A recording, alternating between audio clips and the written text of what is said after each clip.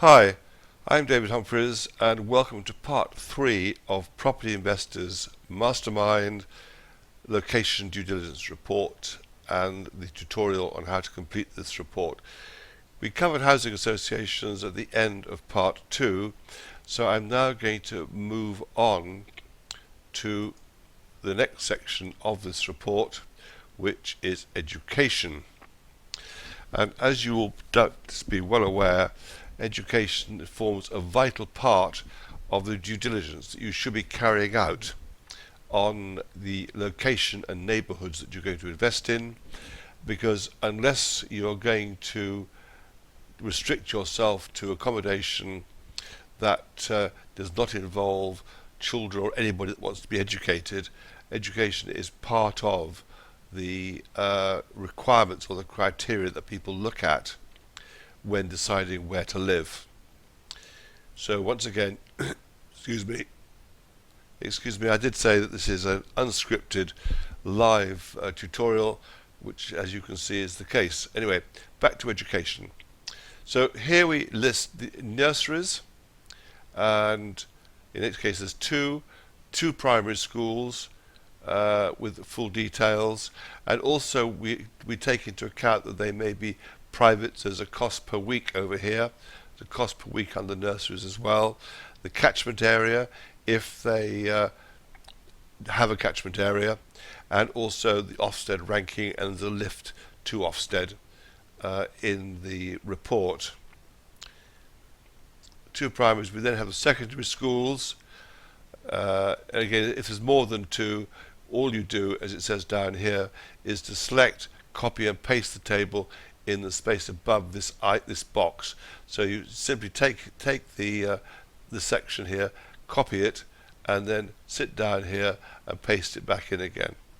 So this way you can personalize the report yourself and increase the number of entries if that's relevant. We are then going to the colleges, and these are colleges rather than universities. The difference basically is if you had a college that was teaching NVQs or something of that nature. Universities come under university, obviously, then you have colleges. In Oxford there are a lot of language colleges, or language schools, language colleges, and other colleges. So this gives you the opportunity to list the colleges in the that serve the neighbourhood and are in the location. They may not be actually in the location itself, and when we get to look at what constitutes a location later in this tutorial, the colleges may be outside that location, but the housing in the location or in the neighbourhood is still relevant to that particular college or school for that matter. We then come to the financials and statistics, and here again a lot of this information can be obtained from the internet, Rightmove and sites like that. So values, yields and rents, we have a variety of types of accommodation here: 1 bed, 2, 3 bed, 4, 5, 6 bed HMOs, and then you have the lowest value and the highest value, and then the yield. This is pounds. This is thousands of pounds of property, or hundreds of, no, not hundreds of pounds, but thousands or tens of thousands, hundreds of thousands of pounds. Here are the yields that that apply, and also you put in the current lending rate as well. Okay. So, and then we come into average yields, and the average annualized rents divided by the average and lowest highest value. If the average yield is less than 2% over the current lending rate, the investment is not generally recommended. And we've got the weekly local housing allowance, LHA rent, local housing allowance, the weekly private rent, and average earnings. So you are now building up an affordability ratio and a rent affordability as well for the location. And here are a number of websites where you can obtain this information on values. You've got Mouse Price, Zoopla, houseprices.co.uk, Property Snake, etc. LHA Rental. This website gives you all the LHA rentals across the country. It's free of charge, by the way. Then private rents you can obtain from Rightmove, Zoopla, and Find a Property. Average earnings can come out of Mouse Price, and then there are other links here which are included for other information. So one of the intentions, by the way, is to be able to carry out a lot of this due diligence online. You do it at home or in your office. It's done online, and really you only go out into the neighbourhood or into the location to prove that what you found out online is correct and get a feel for the place, get a feel for the area. Okay, so this is the affordability and financials and statistics for the postcode. These statistics can only be found by postcode. The location, and we'll come to locations in a minute, the location is determined by you. The neighbourhoods are also determined by you. The postcode is determined centrally. So this information comes as a result of the postcode.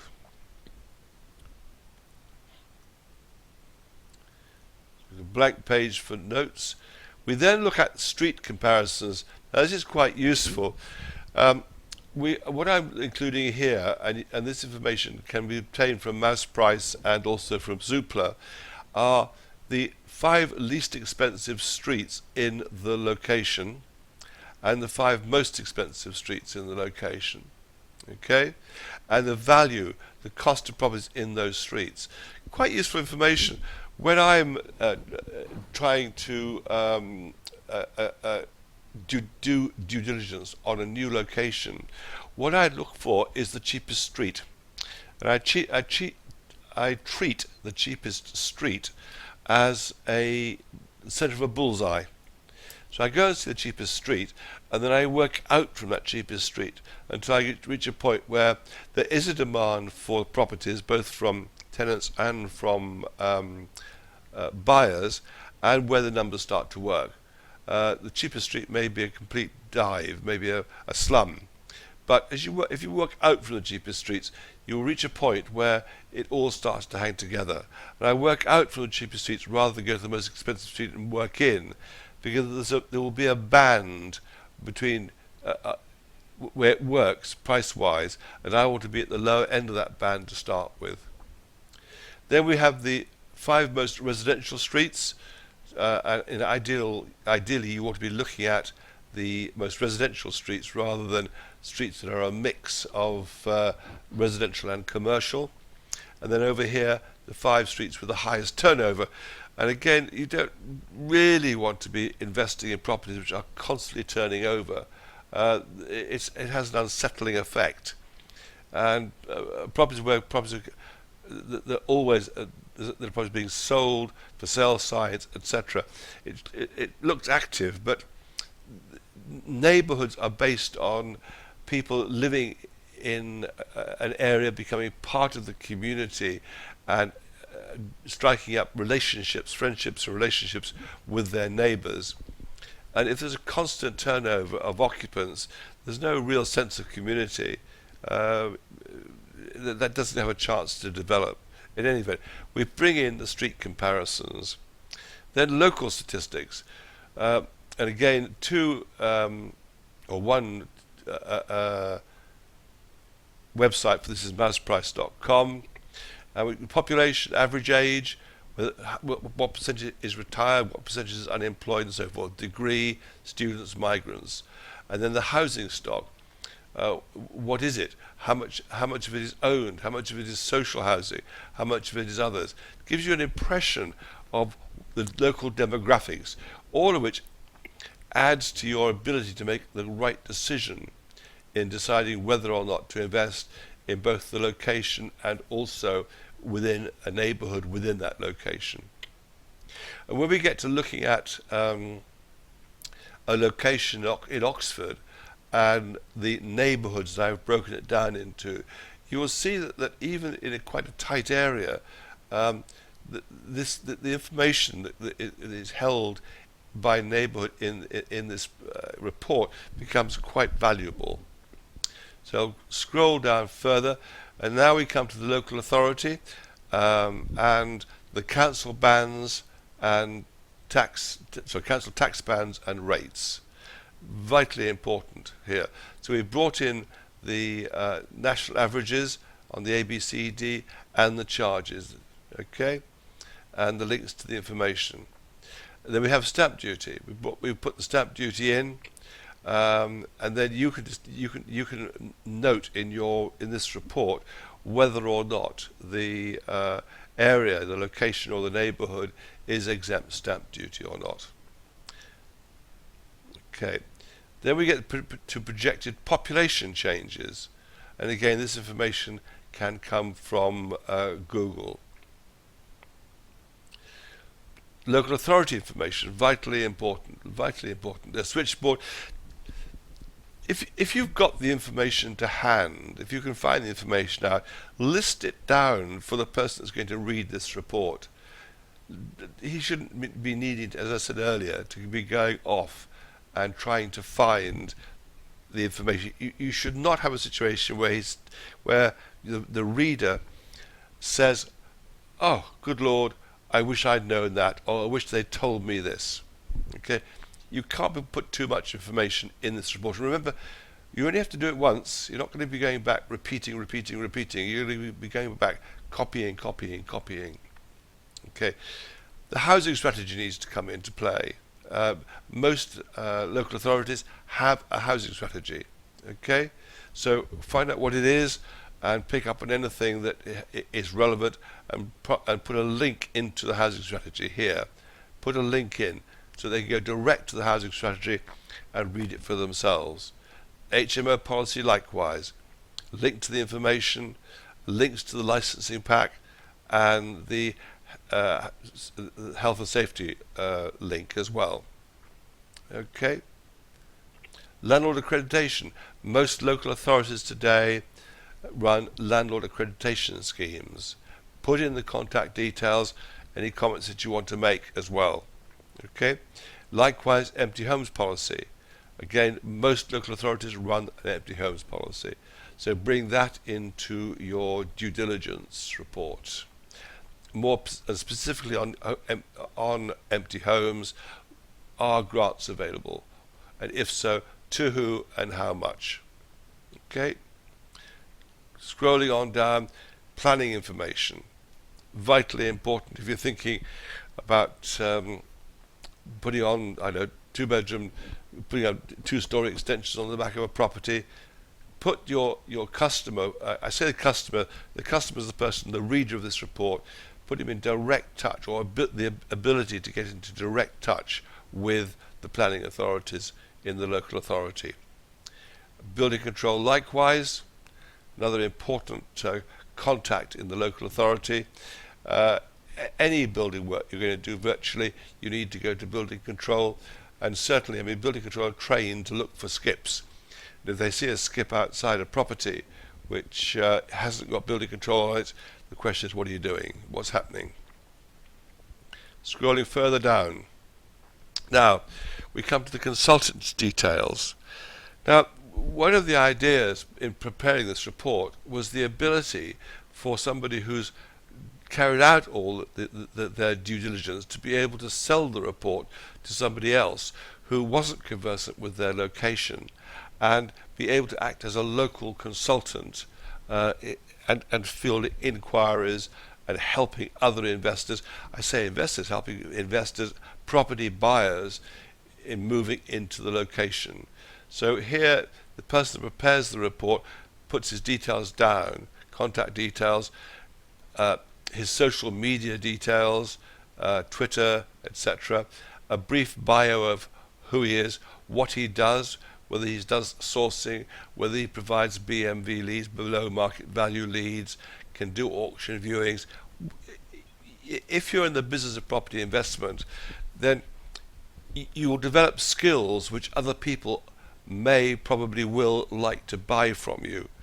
There are plenty of investors out there who are cash rich and time poor, and if they can tie up with somebody who can demonstrate that they really know the neighbourhood and know that neighbourhood inside out, etc., then that person can become a consultant and sell their expertise to other investors. So we've got the possibility here of introducing a fee rate, hourly rate, day rate, whatever, and scrolling on down,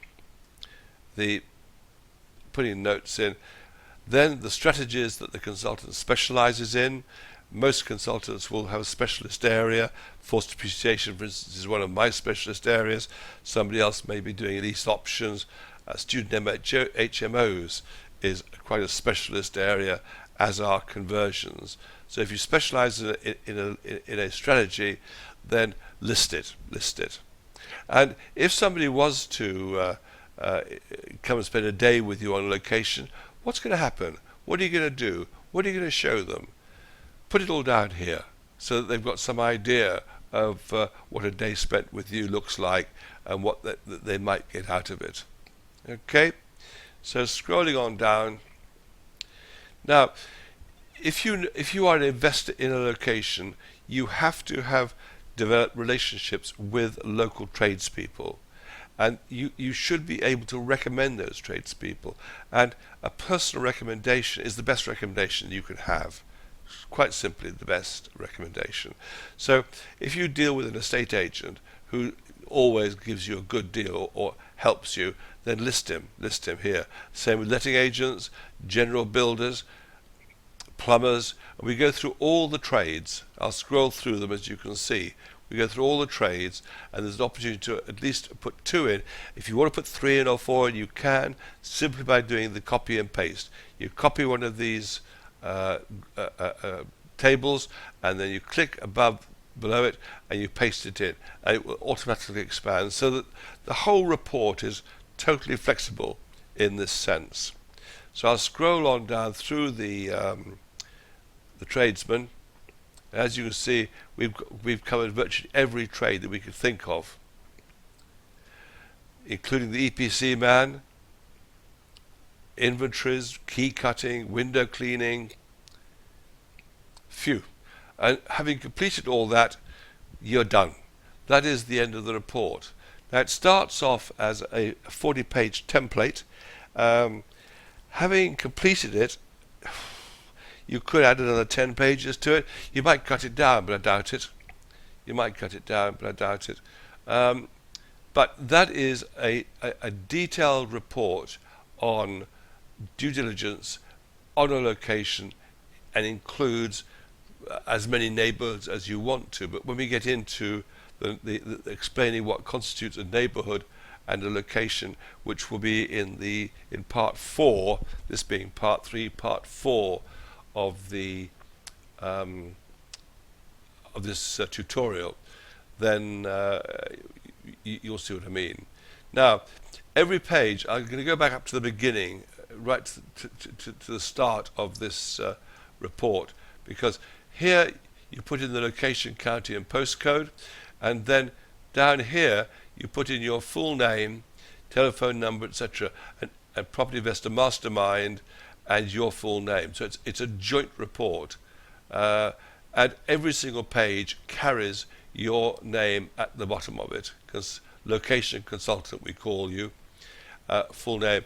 And when you've completed this report and sent it in to us at Property Investor Mastermind, if we're comfortable with the content and regard it as being professional enough, we will publish it for you, and also try and drive business consultancy work to you, for which we will share the fees that are raised. Anyway, that brings me to the end of part 3 of this report.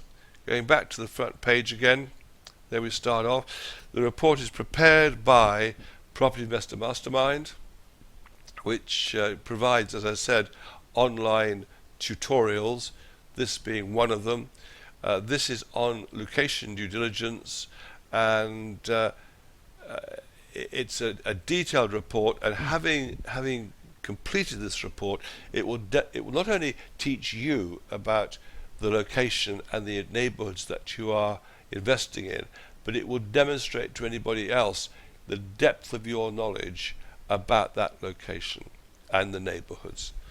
Now, we've now reached the end of another 20 minutes, so I'm going to shut this report down section of the tutorial down, and then we're going to open up in part 4 and look at how we define a location and how we define neighbourhoods within that location. Okay, so David Humphreys signing off again. Hope you found this useful, and I look forward to seeing you in part 4. Thank you.